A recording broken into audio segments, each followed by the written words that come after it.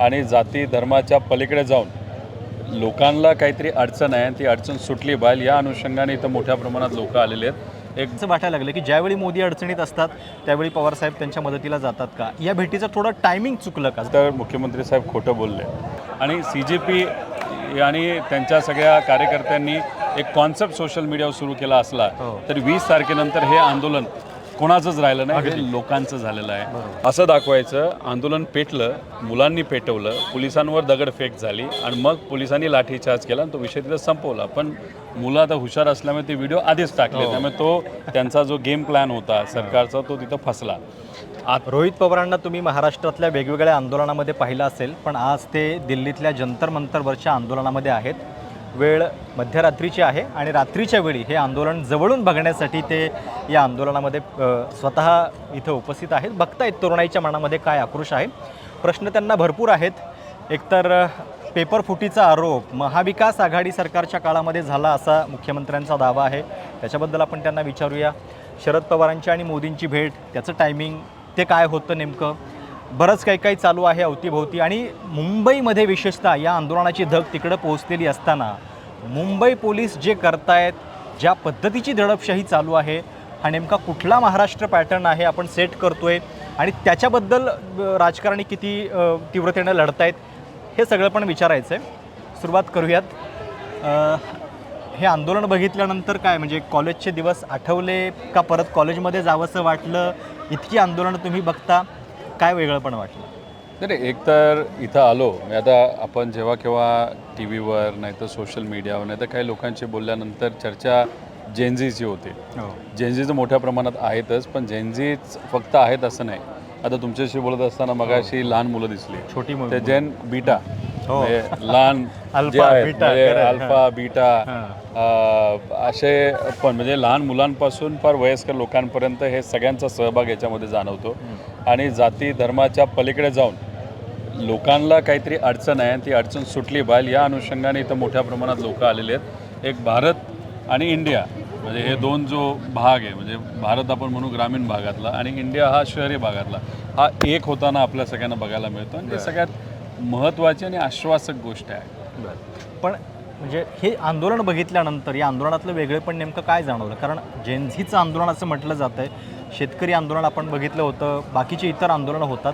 या आंदोलनातली जी भाषा आहे थेट व्यवस्थेला नडण्याची आहे, ती भाषा आता कुठंतरी राजकारण्यांनी अवलंबली पाहिजे असं वाटतं का? काय 100% आता आम्ही ती भाषा अवलंबली त्यामुळेच तर आमच्या ED वगैरेची कारवाई झाली, पण काय फरक नाही. पण इथले जे सगळे युवा आहेत ते घाबरत नाही. म्हणजे सरकारच्या विरोधात बोलायला घाबरत नाही, मोठ्या मोठ्या नेत्यांवर बोलायला घाबरत नाही, ही त्यांची खऱ्या अर्थाने ताकद आहे. आणि मला असं वाटतं की राजकीय दृष्टिकोनातून जे विरोधात आहेत त्यांनीसुद्धा अशाच पद्धतीने भूमिका घेणं, रस्त्यावर येणं, लोकांसाठी लढणं हे फार महत्त्वाचं आहे. आणि कुठं ना कुठेतरी बदल होताना आपल्या सगळ्यांना बघायला मिळेल. आणि जो नेता संघर्ष करणार नाही तो येत्या काळामध्ये राजकारणातच राहू शकेल का, हाही मोठा प्रश्न त्या ठिकाणी निर्माण होतो. त्यामुळे लोकांसाठी संघर्ष करावा लागेल आणि हो नाही म्हणजे हो तर हो, नाही तर नाही अशी भूमिका घेणं याच्या पुढं फार महत्त्वाचं ठरू शकतं. पण म्हणजे हे आंदोलन चालू असताना पवारसाहेब या आंदोलनाच्या ठिकाणी पण आले आणि पुढच्या 24 तासामध्ये ते पंतप्रधान मोदींना भेटले. अर्थात कारण जे आहे ते शेतीच्या प्रश्नांचं होतं, लेटर त्याच्या संदर्भात त्यांनी दिलं.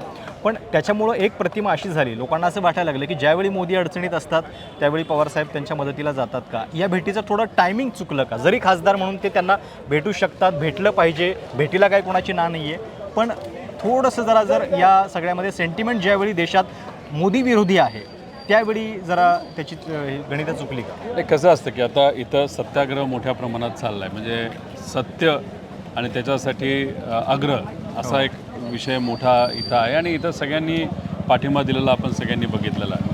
राहुल गांधीजी वेगळ्या पद्धतीने त्या ठिकाणी लढत आहेत, आक्रमक, कारण का ते लीडर ऑफ अपोजिशन आहे. पार्लमेंटमध्ये सुद्धा हा मुद्दा यावा यासाठी ते असतील व खरगे साहेब वरच्या हाऊसमध्ये हे तिथं प्रयत्न तिथं करत आहेत. आणि त्याच्याचबरोबर पवार साहेबांची भूमिका नेहमी हीच राहिली की चर्चेतून मार्ग निघतोय का एकदा त्या ठिकाणी बघावा. त्यामुळे इथं येऊन विद्यार्थ्यांशी बोलल्यानंतर आणि शेतकऱ्यांचे काही मुद्दे होतेच आणि मग हे सगळे मुद्दे घेऊन अपॉइंटमेंट त्यांना तिथं मिळाली असेल, त्यांना जाऊन तिथं भेटले, बोलले, चर्चेतून मार्ग, कारण शेवटी मार्ग काढणं हे फार महत्त्वाचं आहे. त्यामुळे एक असतं की आंदोलन, सत्याग्रह, दुसरं असतं की एक विरोधी पक्ष नेता म्हणून संघर्ष करणं, पार्लमेंटमध्ये बोलणं. दुसरं असतं की संवाद साधून काय होतं आहे का, अशा अनुषंगाने चहूबाजूली जर आपण प्रयत्न केले तर कुठंतरी न्याय मिळू शकतं का, हा एक फार महत्त्वाचा प्रश्न असतो. आणि त्या अनुषंगाने पवारसाहेब मोठे नेते आहेत, ते नेहमीच सगळ्याच विषयामध्ये राजकारण करतात असं नाही. लोकांच्या बाबतीतला एखादा मुद्दा असेल तर तो चर्चा करून संपू शकतो का, असा प्रामाणिक प्रयत्न त्यांनी त्या ठिकाणी केला असावा. पण हे आंदोलन त्यांनी पण पाहिलं, जवळनं ते आले होते. तुमची काही चर्चा झाली का? काय मत आहे नेमकं त्यांचं या बदलत्या आंदोलनाच्या स्वरूपाबद्दल, जेएनजीचा एकूण? नाही बघा, पवारसाहेब अशी एक व्यक्तिमत्व आहे की त्यांनी काळानुसार जे सगळे लोक आहेत, जे युवा आहेत, त्यांनासुद्धा सामावून घेतलं, त्यांना समजून घेतलेलं आहे. त्यामुळे त्यांना नक्कीच याची तीव्रता माहिती आहे. उद्या जाऊन हे काय होऊ शकतं याचा काही प्रमाणात त्यांना तिथं अंदाज आहे. आणि कुठं ना कुठंतरी ज्या पद्धतीने सरकार आक्रमक झालं, कारण का पवारसाहेब भेटल्यानंतर आपण जर बघितलं असेल की जेव्हा इथं 20 तारखेला निर्णय घेतला, त्यानंतर पंतप्रधान साहेबांनी सुद्धा एक स्टेटमेंट दिलं की चला आता आम्ही एक वेगळा कायदा आणू.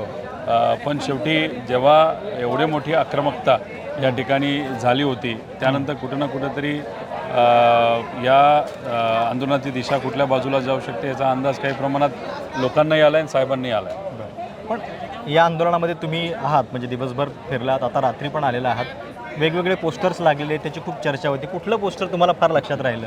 नाही, एक मोकळं पोस्टर होतं आणि या सरकारली लोकांना काय दिलं तर मोकळं पोस्टर होतं. त्याचा म्हणजे काही लिहिलेलं नव्हतं, शून्य होता. शून्य होतं, म्हणजे नुसतं आश्वासन दिलं पण काय दिलं ते कोणालाच काय माहीत नाही. नुसतं मोकळा पोस्टर होता. तो एक फार मोठा संदेश त्या जो कोणी व्यक्ती होता तो देण्याचा प्रयत्न करत होता. मुख्यमंत्री महाराष्ट्राचे त्यांनी असा आरोप केला की TET-मधला जो घोटाळा आहे तो महाविकास आघाडी सरकारच्या काळामध्ये झाला. आता खरं तर म्हणजे त्याचा तपास त्या काळामध्ये झालेला होता आणि म्हणजे अगदी IAS अधिकाऱ्यांचा उल्लेख त्यांनी केला. पण हे अशा पद्धतीचं जर आरोप तुमच्यावरती होत आहे तर नाही, याच्याबद्दल मी बोललेलो आहे, व्यक्तसुद्धा झालेलो आहे. एकतर मुख्यमंत्री साहेब खोटं बोलले हे आपल्या सगळ्यांना माहिती आहे, कारण का TETचा घोळ कधी झाला होता, त्यांच्या काळात ते मुख्यमंत्री असतानाच झाला होता. आणि जेव्हा महाविकास आघाडीचं सरकार आलं, उद्धव ठाकरे साहेब तिथं मुख्यमंत्री झाले होते, आम्ही सगळे एकत्रित तेव्हा होतो, तेव्हा कारवाई ही महाविकास आघाडीच्या काळामध्ये झाली होती. आणि ज्यांच्याबद्दल देवेंद्र फडणवीस साहेब आज बोलत आहेत, एक तर त्यांच्या काळातच तो घोळ झाला. परत तुम्हाला माहिती 6 महिन्यापूर्वी TETचा परत घोळ झाला, पोलीस भरतीमध्ये घोळ झाला, नीटचे जे पेपर फुटले सगळ्यात जास्त महाराष्ट्रातून फुटले.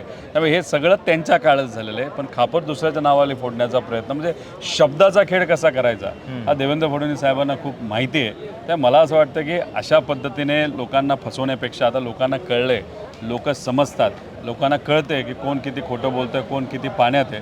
त्यामुळे अशा गोष्टी करण्यापेक्षा, आणि हे जे काही ते म्हणत आहेत ना महाविकास आघाडीच्या काळात जे कोणी झाले, आता तेव्हा तुम्हाला माहिती असतं 7,500 भरती झाली होती BJPच्या काळात, ती सगळी कॅन्सल केली आपण. आणि त्याच्यामध्ये जे आत्ता सत्तार साहेब आहेत त्यांच्या मुलीचं पण त्याच्यामध्ये नोंद झाली होती. आज ते कुठल्या पक्षात आहेत? शिंदे साहेबांबरोबर आहेत. शिंदे साहेब कुठल्या पक्षाबरोबर आहेत? BJP बरोबर आहेत. त्यामुळे ज्यांच्यावर तुम्ही ॲलिगेशन करताय हे सगळे तुमच्याबरोबरच आहेत ना. त्यामुळे त्यांना असं वाटतं की शब्दाचा खेळ करून TVवर आलं म्हणजे विषय संपतो, असं नाही.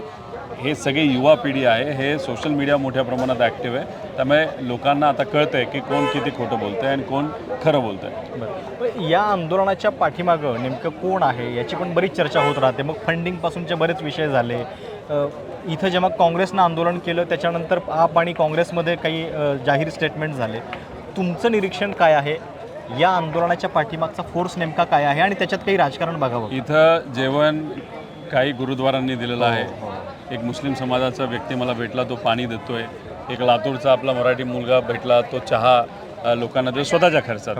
त्यानंतर कुणी ज्यूस देत आहे, कुणी काय करत आहे. तर हे आंदोलन लोकांचं आंदोलन आहे. त्यामुळे कुठलाही नेता इथं आला, भाषण ठोकलं म्हणजे त्या नेत्याचा या आंदोलनावर कंट्रोल आहे असं म्हणून चालणार नाही.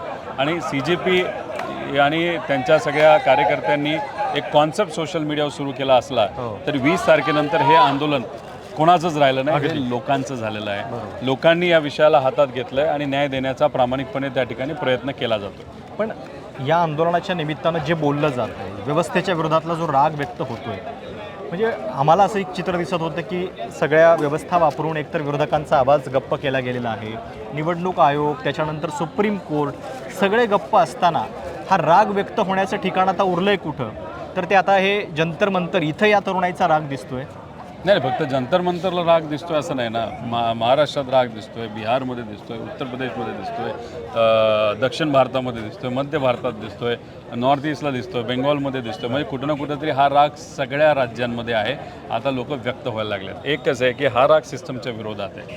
म्हणजे अनेक लोकांना पोलिसांकडनं प्रॉब्लेम झाला असेल, तो राग तिथं दिसतोय. शिक्षणामध्ये प्रॉब्लेम आला, तो राग तिथे दिसतोय.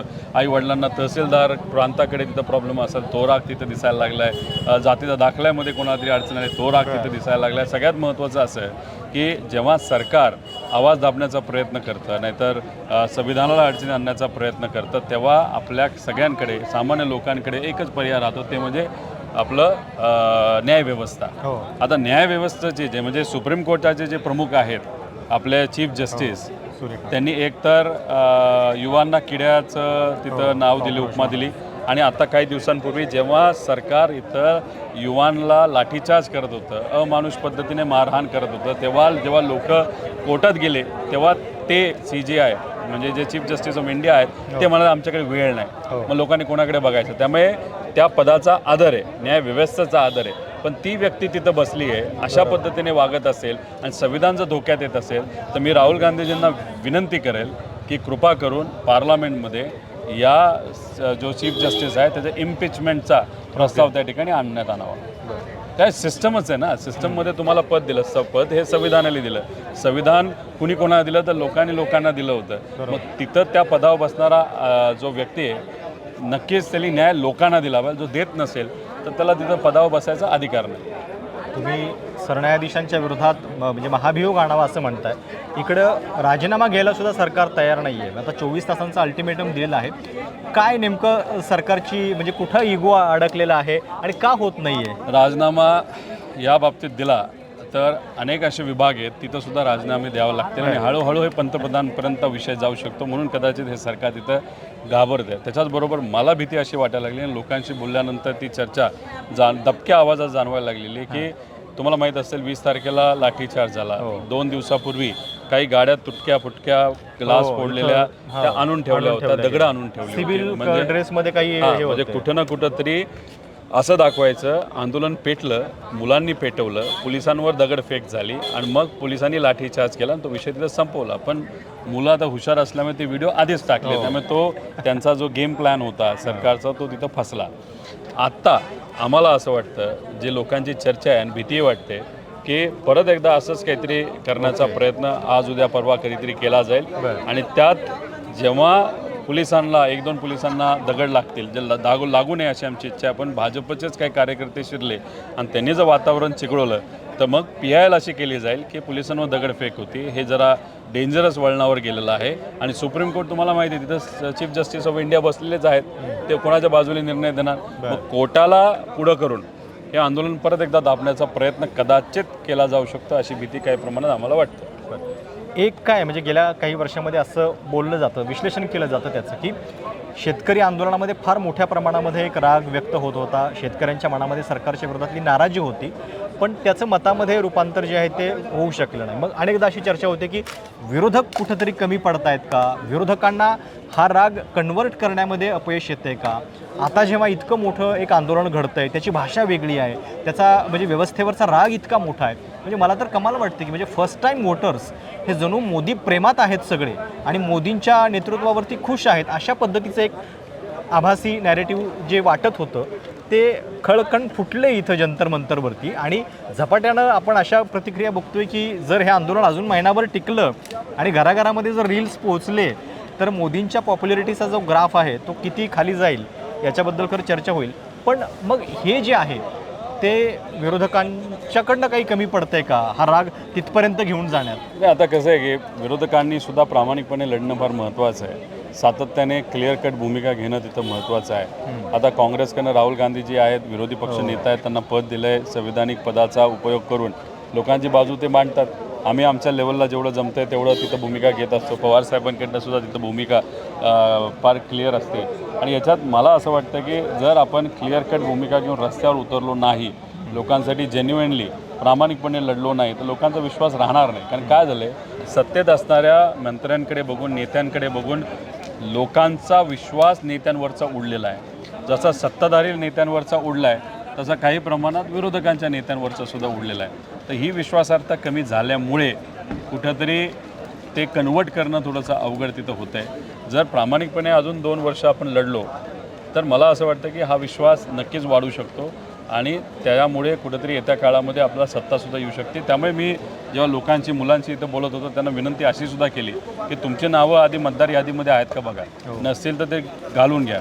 SIRच्या विरोधात तुम्हाला बोलावं लागेल, त्यानंतर तुम्हाला डिलिमिटेशनच्या विरोधात बोलावं लागेल. जे ज्या गोष्टी संविधानाच्या विरोधात आहेत त्याच्या विरोधात तुम्हाला तिथं बोललंच पाहिजे. तुम्ही जर नाही बोललात तर मग संविधान धोक्यात येईल, लोकशाही धोक्यात येईल आणि परत हीच तोंडं आपल्याला बघायला लागतील. निवडून देताना चांगली द्या, जे चांगले असतील, प्रतिष्ठेचे असतील, ज्यांचं काही स्टँडिंग आहे त्यांना द्या. पण मग असेच सत्ताधारी जर मतात विभाजन करून, वाद निर्माण करून, धर्माचं राजकारण करून जर परत एकदा निवडून येणार असतील तर मग ही स्टोरी परत एकदा तशीच चालू राहील. क्लिअर कट भूमिका घेतल्या पाहिजेत असं तुम्ही म्हणताना मला तुमच्या पक्षातले सुद्धा काही लोक आठवत आहेत. काही असं होतं आहे का की म्हणजे पक्षसुद्धा या आपण विरोधात आहोत तर प्रखरपणे विरोधात लढलं पाहिजे? तुम्ही आम्हाला दिसत आहे की शेतकरी आंदोलनामध्ये आहात, बाकीच्या सगळ्या गोष्टींसाठी लढताय. अजित पवारांच्यासाठी तुम्ही ज्या त्वेषानं लढलात ती लढाई आम्ही बघतोय, पण पक्षाची भूमिका कधी कधी अशी डळमळीत दिसते. चर्चा अशा होत आहेत की कधीतरी NDAमध्ये जाईल पक्ष, इथपासूनच्या गोष्टी होत आहेत. नाही, भाजपकडनं मुद्दामून ती चर्चा केली जाते कारण का शेवटी लोकांमध्ये पवारसाहेबांच्या प्रति प्रेम, आदर आहे आणि रूपांतर उद्या जर मतदानात होऊ शकलं तर ते पवारसाहेबांच्या मार्गदर्शनाखाली हा पक्ष नक्की स्ट्रॉंग होऊ शकतो आणि त्यामुळे अजितदादांचा पक्ष हा वीक होऊ शकतो. त्यामुळे मग उद्या जाऊन हे जे समीकरण आहे आकड्याचं ते भाजपला तिथं बसू शकत नाही. मग सगळ्यात सोपा मार्ग काय तर आपल्या पक्षाला बदनाम त्या ठिकाणी करायचा आणि तो तिथं प्रयत्न केला जातो. आता सगळ्याच नेत्यांनी आता रस्त्यावरून लढणं पण तितकंच महत्त्वाचं आहे. त्यामुळे असं आपण म्हणून शकणार नाही. आता आमचे जे प्रदेश अध्यक्ष आहेत ते लढतात, आम्ही लढतो. सुप्रियाताई तिथं आंदोलनामध्ये छत्रपती संभाजीनगरमध्ये आल्या होत्या. पवारसाहेब मुद्दे तिथं मांडत असतात.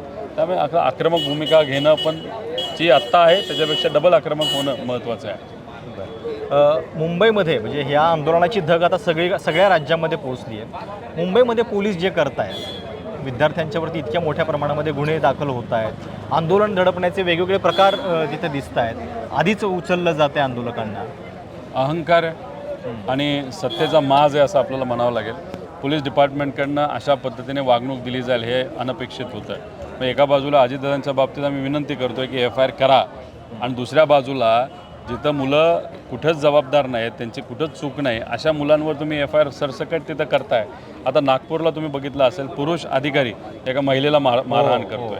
मुंबईमध्ये नको त्या ठिकाणी एक पोलीस अधिकारी पुरुष महिलेला त्या ठिकाणी हात लावतोय.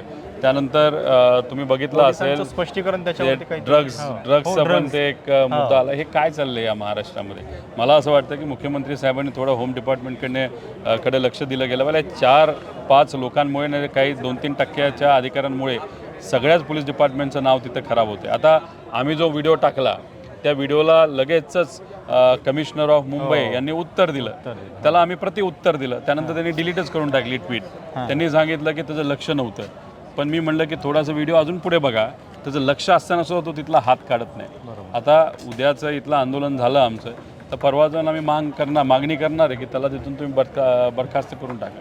अच्छा, राजकारणी लोक या आंदोलनाकडं म्हणजे काय नेमकी चर्चा चालू आहे, कशा पद्धतीनं बघताय? हा अँगर जो आहे तो तुम्हाला केवळ असा एक म्हणजे केवळ या आंदोलनापुरता दिसतोय की हा व्यवस्थेमध्ये फार खोलवर रुजलेला आहे? नाही, व्यवस्थेच्या विरोधात हा एक आक्रोश आहे. उद्या जाऊन शेतकऱ्यांच्या बाबतीत पण कुठलाही विषय आला तरी शेतकरी मोठ्या संख्येने येतील असा आम्हाला विश्वास आहे. त्यानंतर विद्यार्थी, महिलांबद्दलचा कुठलाही मुद्दा असेल तर हीच आक्रमकता आपला सगळ्यांना दिसेल. कारण शेवटी महिलेवर अन्याय झाला तर त्याची मुलं तरी येतील. एखाद्या शेतकऱ्यावर अन्याय झाला तर त्याची मुली येतील. मजुरावर झाला तर ती येणार. मिडल क्लासवर झाला त्यांची मुलं येणार आहेत. त्यामुळे विद्यार्थी आणि युवा आज जर आपण बघितलं 40 वयापर्यंत या देशामध्ये 60% आसपास आहेत, निर्णायक आहेत. त्यामुळे बदल जर घडू शकतात तर हेच घडू शकतात असं म्हणलं जायचं, तुम्हाला माहीत असेल टी शर्ट पण विकले जात होते पूर्वी की अपना टाईम आहे का, माझं म्हणणं आहे अपना टाईम आ गया. आणि तो म्हणजे लवकरच येईल असं वाटतंय. युवांचा टाईम आला, म्हणजे आता युवा एकत्रित यायला लागले स्वतःच्या हक्कासाठी. हा जो लढा आहे, हे एकत्र येण्याचा जो विचार आहे तो लोकशाहीसाठी फार महत्त्वाचा आहे. खूप खूप धन्यवाद या सविस्तर चर्चेबद्दल. Rohit Thank you. Pawar cockroach जनता पार्टीच्या आंदोलनामध्ये, जंतर मंतरच्या या आंदोलनामध्ये मध्यरात्री आहेत आणि जवळनं हे आंदोलन बघतात. बऱ्याच प्रश्नांची उत्तरं आपण त्यांच्याकडनं घेतलेली आहेत. ही मुलाखत तुम्हाला कशी वाटली? तुमच्या काही सूचना असतील, प्रतिक्रिया असतील, आवर्जून कळवा. चॅनल सबस्क्राईब करायला विसरू नका. धन्यवाद.